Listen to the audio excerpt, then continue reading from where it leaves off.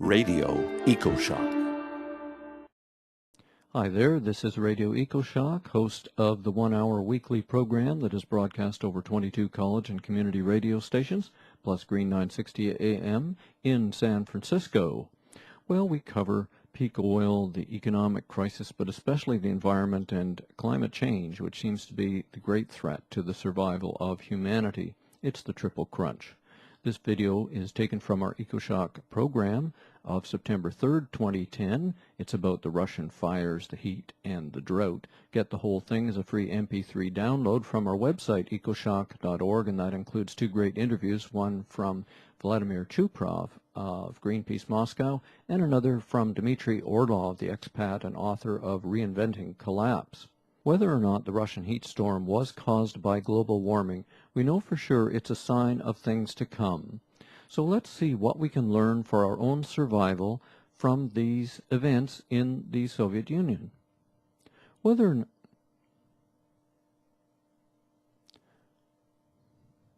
or not the Russian heat storm was caused by climate change, we do know that it's an example of what we can expect in the future. Let's see what we can learn from these heat, the fire, the droughts, the deaths that happened in Russia in the summer of 2010, and what that might mean for our own survival in an ever heating up world. Number 1. Deaths from heat and smog caused the death rate to double in Moscow. Large cities can be attacked by climate change, and they can become deadly traps. The hospitals filled up beyond capacity. Serious cases had to be turned away. The morgues were filled. Eventually, refrigerated trucks have to be brought in. Number 2, an estimated 2,000 Russians drowned trying to swim to keep cool. Some of them even drowned in drinking fountains, and there were a lot of alcohol-related deaths as people drank more to escape the heat. Number 3, the fires revealed the nearly uncontrollable dangers posed by climate change to nuclear facilities, both power reactors and military bases, which were surrounded by the flames and had some important things like their power lines burned down on the way in. We talk about a lot of that with Dmitry Orlov, who says that we shouldn't use such long-lasting and dangerous technology when civilization can be so unstable. Well, number 4, many people tried to leave Moscow, but were prevented by smoke-closed roads and airports. Subways became dangerous. Traffic accidents went way up and fatalities along with them. Essential goods, including some emergency supplies, couldn't get through. Transportation systems break down under climate change. The number of homeless people grew as villages were burned out. Number 6, peat fires went up to 12 feet underground as villages were burned out. That may be peculiar to the Moscow area, but it's something that tells us that some of the fires were expected to burn into winter, and that could happen in Canada or the United States or many other places. Number 7, crops die. 1/5 of the Russian grain crops were lost. Exports were banned, as you know, and international wheat prices rose. In the future, grain importers like North Africa may have some people starve. Agriculture and climate change, a huge impact that people just don't seem to want to think about. Number 8, and related to that, home gardens, community gardens, survival gardens, they died. So you may want to think about your tools for watering things and for shading things and choosing and testing varieties that are heat tolerant. Remember, the heat went 14 degrees above normal, so you have to do something to keep those food supplies alive if you're counting on your garden helping you to survive tough times. Number 9, fans, air conditioners, inflatable pools, they all went off the shelves in no time. They couldn't get any new stock in. You may want to consider what tools you have handy, but remember, air conditioners may not work because once you get huge demand like that, or fires burning down the wires to the nuclear stations, then you get brownouts and blackouts, and that can happen anywhere, including around where you live. So think about other possibilities, getting some solar power, an evaporative cooler, ways that you're going to cool yourself, maybe get down in the basement, but you need some sort of plan for extra heat. Number 10, some wealthy Russians were able to get out, including government officials who should have been overseeing events there.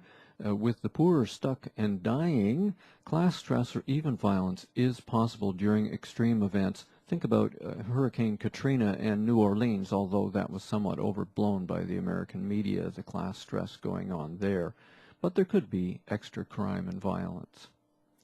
Number 11, the electric grid is strained, as I mentioned. The power lines burned down, including those coming from nuclear power stations. Brownouts and blackouts are likely in the future, even in countries like Great Britain or the United States or Canada.